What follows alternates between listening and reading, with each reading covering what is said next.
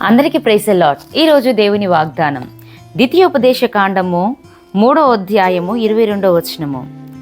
మీ దేవుడైన యెహోవా మీ పక్షముగా యుద్ధము చేయువాడు గనుక వారికి భయపడవద్దని ఆజ్ఞాపించి తిని.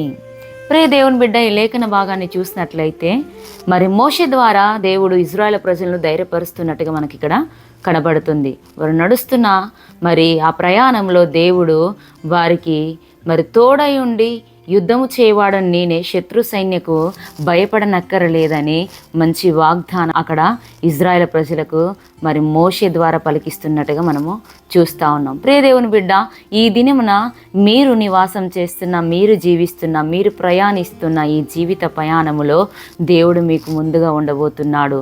మరి యుద్ధాలను చూసి మరి ఎదురుపడుతున్న సమస్యలను చూసి భయపడక ధైర్యంగా నిలబడండి. మరి భయానికి బదులుగా విశ్వాసాన్ని పెట్టండి. యుద్ధము నీది కాదు, యెహోవాదే. నిశ్చయముగా మన దేవుడు మనందరికీ తోడై ఉండి మనకు విజయం అనుగ్రహించునుగాక.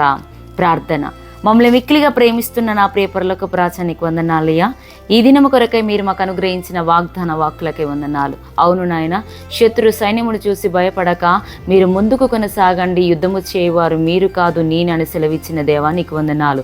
మాకు ఎదురుపడుతున్న ప్రతి సమస్య విషయంలో నీ తట్టు చూసి విజయము పొందుకొని ధైర్యంగా నిలబడుటకు నీ కృప చూపించి ఆశీర్వదించమని వేడుకుంటున్నా. ఎంతమంది బిడ్డలైతే ఈ దినమున తండ్రి బర్త్డేలు, మ్యారేజ్ డేలు, ప్రేమ శుభకార్యాలు జరిగించుకుంటున్నారో వారందరి జీవితంలో మీ మెండైన దీవెన అనుగ్రహించమని నజరేయుడైన యేసుక్రీస్తు నామములో వేడుకుంటున్నాం తండ్రి. ఆమేన్. Praise the lord.